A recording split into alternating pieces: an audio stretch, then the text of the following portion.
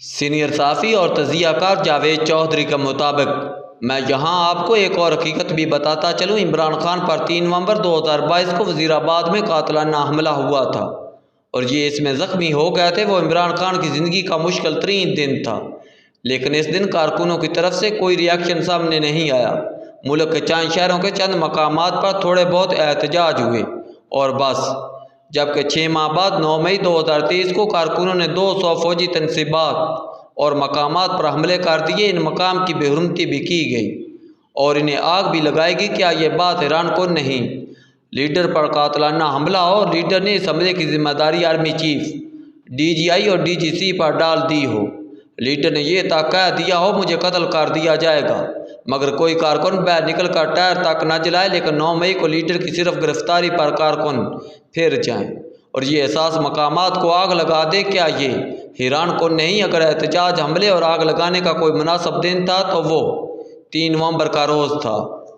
इस दिन इमरान खान पर कातिलाना हमला हुआ था, जबकि 9 मई को इन्हें सिर्फ गिरफ्तार किया गया था। कारकुन इस दिन क्यों फिर गए? क्या कोई समझदार शख्स मुझे ये बरीक नुक्ता समझा सकता है? मेरे ख्याल में वजह सादी भी थी और सीधी भी। 29 नवंबर को आर्मी चीफ की तकर्री अभी बाकी थी और जनरल फैज़ हमीद को अपना दाव लगने की उम्मीद थी। जनरल फैज़ हमीद ने आर्मी चीफ बनने के लिए मरीम नवाज़ के समधी चौधरी मुनीर को भी नवाज शरीफ के पास भिजवाया था और चौधरी मुनीर ने इनकी बाकायदा सिफारिश की थी और ये पैगाम भी दिया था, मैं माजी की तमाम गलतियों का सूद समेत अज़ाला करूँगा। मियाँ नवाज शरीफ के एक करीबी दोस्त से भी सिफारिश कराई गई थी, मगर मियाँ साहब अपना फ़ैसला कर चुके थे।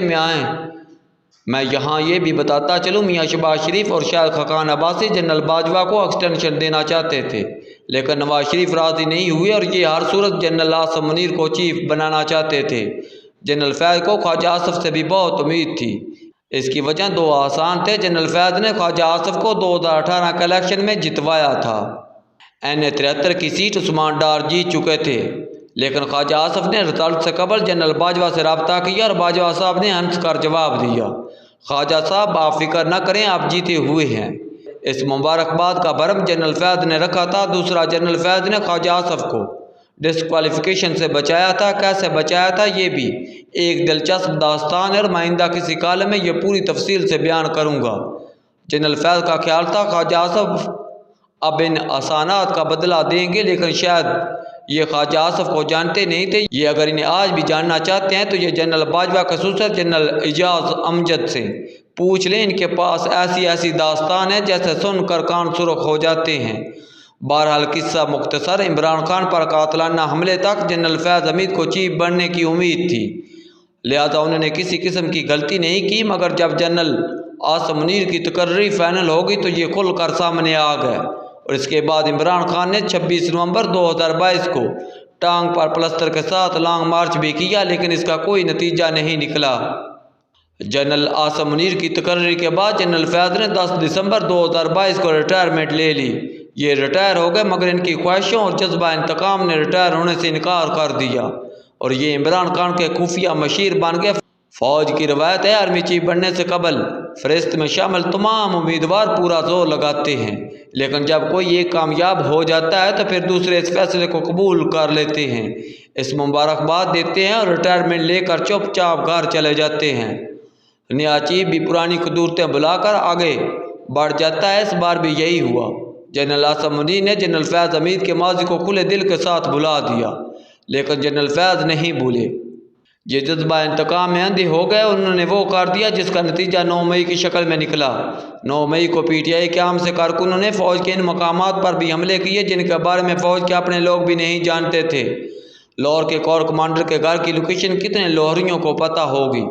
CSD फैसलाबाद में ISI के दफ्तर, चकदरा के FC fort, army military history institute AFC, Gujranwala cantt के रावाली गेट, मर्दान का पंजाब रेजिमेंट सेंटर और GHQ के गेट्स के बारे में आम कारकुनों को कैसे इल्म हुआ?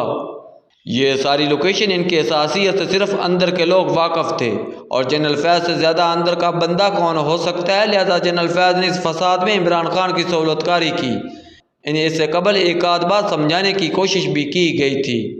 इन्हें ऐसे मकामात पर भी बुलाया गया जहाँ ये अपने दौर इक़्तिदार में दूसरों को बुलाया करते थे।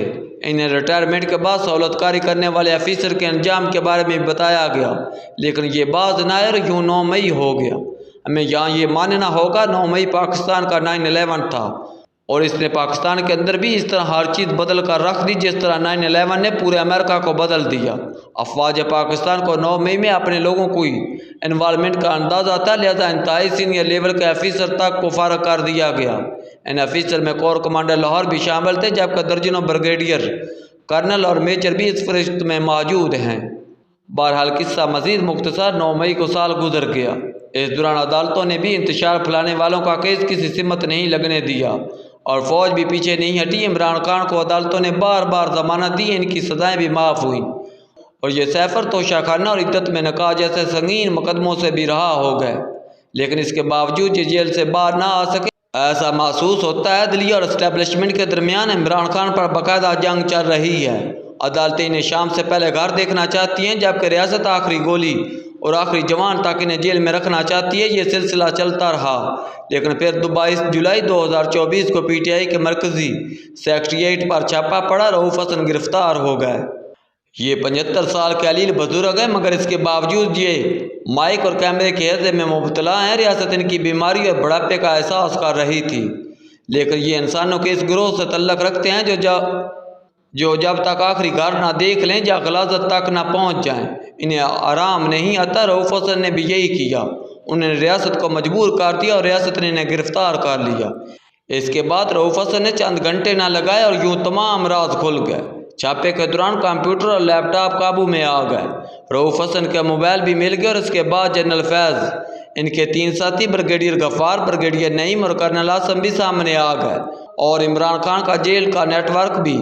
जनरल फैज़ को हिरासत में ले लिया गया। इनसे मिलने वाली मालूमात की रोशनी में मज़ीद लोग सामने आए, ये भी गिरफ्तार हुए और मामलात खुलते चले गए। आखिरी इतलात के मुताबिक जनरल फैज़ की कोर्ट मार्शल की तैयारी हो रही है, जिसके बाद ये पाकिस्तानी तारीख के पहले साबिक DGI होंगे जिनका कोर्ट मार्शल होगा। मुझे महसूस होता है इन्हें फ़ौज में बगावत फैलाने, अख्तियारात का नाजायज़ इस्तेमाल और रिटायरमेंट के बाद आर्मी एक्ट की खिलाफवर्जी के जुर्म में सज़ा हो जाएगी। अब यहाँ पर चंद सवाल पैदा होते हैं। 1, अगर फ़ौज ने 9 मई के जुर्म में अपने साबिक DGI को सज़ा दे दी, इसने इसे नहीं छोड़ा, तो क्या ये इमरान खान और इसकी पार्टी के बाकी जिम्मेदारों को माफ़ कर देगी? दूसरा, अगर फ़ौज को अपनी सियासी गलतियों का एहसास हो गया है और इन्हें ठीक करना चाहती है, तो क्या सियासतदानों और आवाम को भी अपनी गलतियों को नहीं सुधारना चाहिए? और तीसरा, क्या रियासत को इमरान खान के दबाव में आकर इन्हें पूरा मुल्क बर्बाद करने का मौका देना चाहिए? ये लोग इस कदर ख़तरनाक हैं कि इनके हाथ से किसी आम शहरी की इज्जत महफूज है और नाशोदा की यादगारें। क्या ऐसे लोगों को एक और 9 मई का चांस देना चाहिए? मेरा ख्याल है ये नहीं हो सकेगा। अगर जनरल फैज़ हमीद को अपनी गलतियों का तावान अदा करना पड़ रहा है, तो फिर बचत इमरान खान की भी नहीं होगी, और अगर किसी ने अंजाम के रास्ते में रुकावट बनने की कोशिश की तो इसे भी तैयारी कर लेनी चाहिए। और मेरा नहीं ख्याल अब कोई ज़िम्मेदार एहतसाब की चक्की से बच सकेगा, और अगर ये लोग बच गए तो फिर मेरे मुँह में खाक, अल्लाह माफ़ करे, ये मुल्क नहीं बच सकेगा।